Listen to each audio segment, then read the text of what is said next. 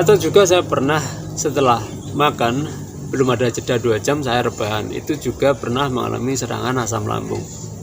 Karena juga ada saya menemukan kasus yang naik motor tiba-tiba kena serangan semacam itu, kadang naik mobil tiba-tiba kena serangan semacam itu. Itu ada dua kemungkinan, dan yang bisa mengenalinya yaitu adalah si pelakunya sendiri, si yang mengalaminya sendiri, teman-teman. Assalamualaikum warahmatullahi wabarakatuh. Ketemu lagi dengan saya, yaitu salah satu mantan pejuang aslam, GERD dan juga anxiety. Gini, saya menemukan kasus yaitu teman kita pejuang aslam yang pada saat tidur tiba-tiba terbangun dari tidurnya dan tiba-tiba ngos-ngosan, tersedak, nggak nyaman, mau nafas berat, nggak enak. Yang akhirnya tentu saja cemasnya muncul, dan dia mengira bahwa itu adalah serangan panik, padahal bukan, teman-teman. Kalau menurut saya itu adalah serangan asam lambung. Jadi pada kesempatan kali ini saya akan membahas tentang perbedaan antara serangan asam lambung dengan serangan panik. Memang kedua serangan itu hampir sama, teman-teman. Peristiwanya hampir sama, rasa nggak nyamannya hampir sama, ya bahkan sama. Dan kita seakan ngeblank, seakan melayang, seakan hilang dari kehidupan ini. Itu sama, teman-teman. Antara serangan asam lambung dan serangan panik itu sama. Tapi itu berbeda, teman-teman. Dan cara membedakannya sangat mudah sekali. Yaitu kalau serangan panik itu terjadinya biasanya sebelum terjadi serangan itu kita sudah bingung duluan, kita sudah cemas, kita sudah gelisah, kita sudah mikir macam-macam yang aneh-aneh, yang akhirnya memicu serangan panik muncul. Dan kalau serangan asam lambung itu tidak diawali dari gelisah, tidak diawali dari cemas, tidak diawali seperti itu, teman-teman. Yang memicu serangan asam lambung biasanya adalah salah makan, ataupun sebelum ada jeda 2 jam kita sudah rebahan. Itu sangat bisa memicu serangan asam lambung. Jadi pada saat kita tidur kok tiba-tiba terbangun, itu serangan asam lambung yang mungkin kita salah makan di sore harinya, ataupun kita belum ada jeda 2 jam atau 3 jam setelah makan kita sudah rebahan. Yang memicu biasanya itu, teman-teman. Jadi memang peristiwanya sama, tapi dibedakannya juga sangat gampang, teman-teman. Dan memang kita diharuskan untuk bisa membedakan antara serangan asam lambung dan juga serangan panik.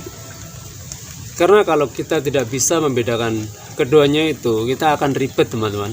Karena kita mau mengambil langkah berikutnya, mau mengambil solusi berikutnya, itu juga akan mungkin juga akan tidak tepat, dan hasilnya pun juga akan nggak maksimal. Jadi kita diharuskan untuk bisa membedakan keduanya itu, agar supaya langkah berikutnya itu kita bisa tepat dan hasilnya juga akan maksimal. Dan memang saya sering, ya nggak sering, cuman kadang-kadang menemukan kasus yang seperti itu, teman-teman. Terjadi terbangun dari tidur itu mengiranya itu serangan panik, padahal serangan asam lambung. Kalau saya yang seringnya terjadi, kalau saya dulu itu ya gitu, terjadi serangan asam lambung pada saat tidur, tiba-tiba terbangun ngos-ngosan.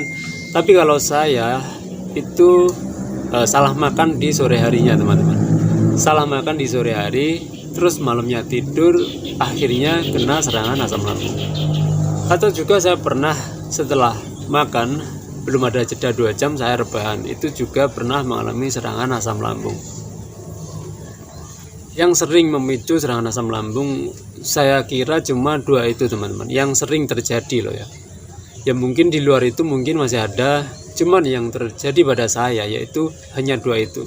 Salah makan atau belum ada jeda 2 jam sudah rebahan. Ataupun bisa pas kita naik motor tiba-tiba kena serangan itu juga bisa, teman-teman. Ada kasus yang seperti itu, tapi kalau saya belum pernah mengalaminya. Kalau terjadi seperti itu masih ada 2 kemungkinan. Mungkin juga serangan panik, mungkin juga serangan asam lambung. Tinggal si pemotor itu dia sebelumnya memikirkan sesuatu atau menggelisahkan atau mencemaskan sesuatu atau enggak. Kalau sama sekali nggak memikirkan apa-apa, dia santai, kalau tiba-tiba kena serangan macam itu, ya berarti dia kena serangan asam lambung. Berarti dia salah makan di awalnya tadi. Biasanya seperti itu teman-teman. Karena juga ada saya menemukan kasus yang naik motor tiba-tiba kena serangan semacam itu. Kadang naik mobil tiba-tiba kena serangan semacam itu.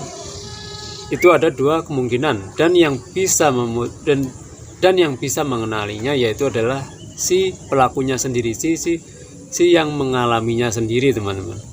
Tentu saja dengan cara diingat-ingat, di awal tadi saya memikirkan sesuatu atau saya mencemaskan, menggelisahkan sesuatu apa enggak.